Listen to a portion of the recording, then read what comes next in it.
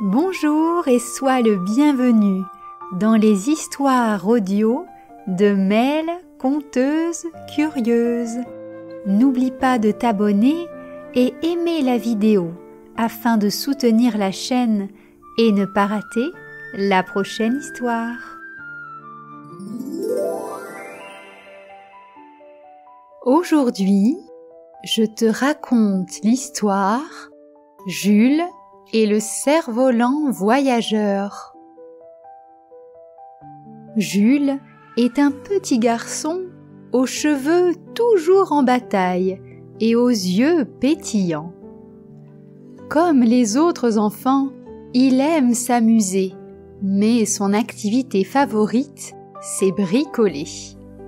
Dans le garage de sa maison, il a aménagé un petit atelier rempli de bouts de ficelle, de morceaux de tissu colorés, de clous, de bâtons de bois, de pots de colle et de toutes sortes d'objets de récupération.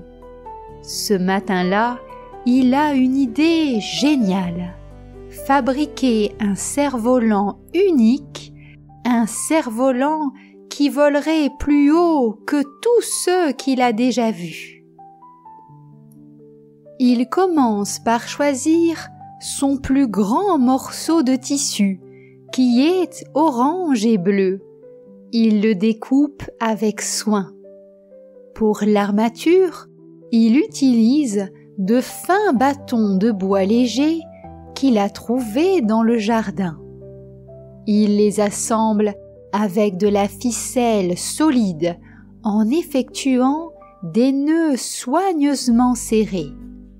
Enfin, il attache une longue bobine de fil résistant qu'il enroule autour d'un bâton de bois. Quand le cerf-volant est terminé, Jules le regarde avec fierté.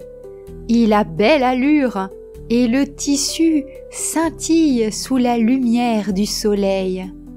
Il décide de l'essayer sans tarder. Il attrape son cerf-volant et court vers le champ situé derrière sa maison, un grand espace où l'herbe haute est parsemée de fleurs sauvages. Le vent souffle doucement, caressant ses joues et faisant frémir les herbes autour de lui. L'enfant lance le cerf-volant et commence à dérouler le fil. Le cerf-volant s'élève lentement, puis, soudain, une bourrasque plus forte l'emporte vers le ciel. Jules rit, les yeux rivés sur sa création qui danse dans les airs.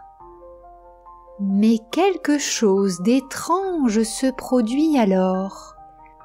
Le fil, entre ses mains, commence à vibrer, comme s'il était vivant, et une intense lumière dorée brille quelques secondes, remontant le long du fil.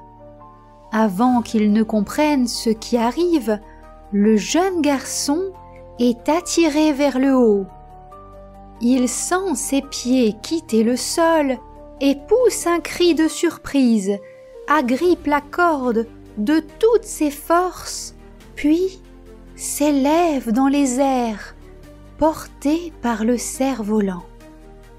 Des bourrasques lui fouettent le visage et il commence à sentir la fraîcheur de l'air en altitude. Ses cheveux volent dans tous les sens et ses vêtements claquent autour de lui. Il serre fermement le fil, son cœur battant la chamade. Le cerf-volant l'emmène de plus en plus haut, traversant des nuages légers et cotonneux. Jules regarde autour de lui, effrayé mais émerveillé. Le sol s'éloigne rapidement et bientôt il survole des paysages qu'il n'a jamais vus. il réalise peu à peu qu'il n'a quasiment plus d'effort à faire pour tenir la corde. Il se sent léger comme l'air. Sous lui, les champs verts se transforment en collines ondulantes, puis en montagnes majestueuses au sommet enneigé. Les rivières scintillent comme des rubans d'argent, et les forêts ressemblent à des tapis de velours vert. L'enfant respire profondément et sent l'air pur et frais emplir ses poumons. La peur a fait place à un sentiment de liberté et la beauté du paysage le fascine.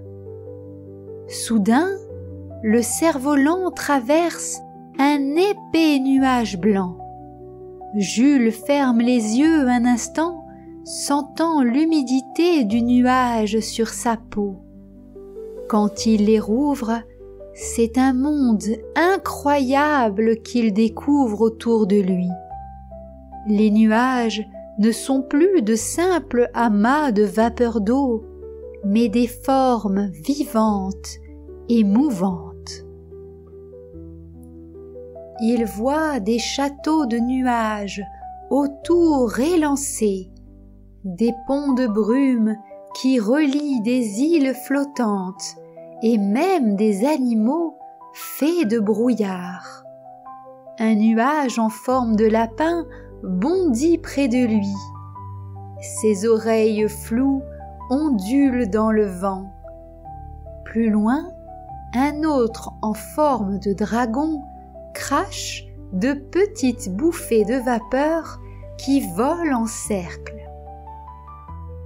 Le garçon éclate de rire, émerveillé par ce spectacle féerique. Il tend la main pour toucher un nuage en forme de licorne et sent sa texture douce et légère comme de la soie. Le cerf-volant continue de l'emmener plus loin, traversant ce monde enchanté. Jules aperçoit alors une créature étrange. Un être fait de nuages, avec des yeux brillants comme des étoiles et une longue queue vaporeuse. La créature se rapproche, flottant gracieusement dans les airs. « Bonjour, petit voyageur !» dit-elle d'une voix douce et mélodieuse. « Bienvenue dans le royaume des nuages !» L'enfant, un peu intimidé, répond « Bonjour, je m'appelle Jules, et vous, qui êtes-vous » « Je suis Nimbus, le gardien des nuages » répond la créature. « Ton cerf-volant est très spécial. Il t'a permis de venir ici, dans notre monde. » Jules regarde son cerf-volant qui brille d'une lumière dorée. « C'est vrai ?» demande-t-il, émerveillé. « Je l'ai fabriqué moi-même. » Nimbus sourit. « Alors, tu as un grand talent, Jules. Viens, je vais te montrer les merveilles de notre royaume. » Le jeune garçon pose son cerf-volant et la créature le guide à travers les nuages et lui montre des endroits incroyables. Il traverse une forêt de nuages où les arbres sont faits de brume et où les oiseaux chantent des mélodies joyeuses. Il visite une rivière de brume argentée où des poissons de vapeur nagent en dansant. Jules sent l'odeur de la pluie et entend le bruissement léger des nuées qui se déplacent. Peu après, ils arrivent devant un grand palais de nuages aux portes majestueuses faites de lumière. « C'est ici que vit la reine des nuages », explique Nimbus. L'enfant entre dans le palais, ébloui par la beauté des lieux. Les murs sont faits de nuages dorés et le sol ressemble à un tapis de brume douce. La reine des nuages, une femme grande et impressionnante, aux cheveux argentés et à la robe scintillante, l'accueille avec un sourire chaleureux. « Bienvenue, petit voyageur. Ton cerf-volant est une merveille. Il a le pouvoir de traverser les mondes, mais maintenant, il est temps de rentrer chez toi. » Jules ressent une pointe de tristesse, mais il comprend. « Merci pour cette aventure incroyable.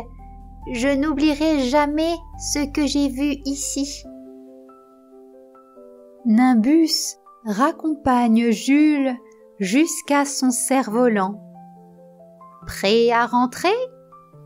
demande-t-il. Le garçon hoche la tête. Le cerf-volant l'emmène à nouveau dans les airs, traverse à toute allure les nuages, puis descend lentement vers le sol. Jules reconnaît le paysage familier de chez lui et, bientôt, il atterrit en douceur dans le champ derrière sa maison.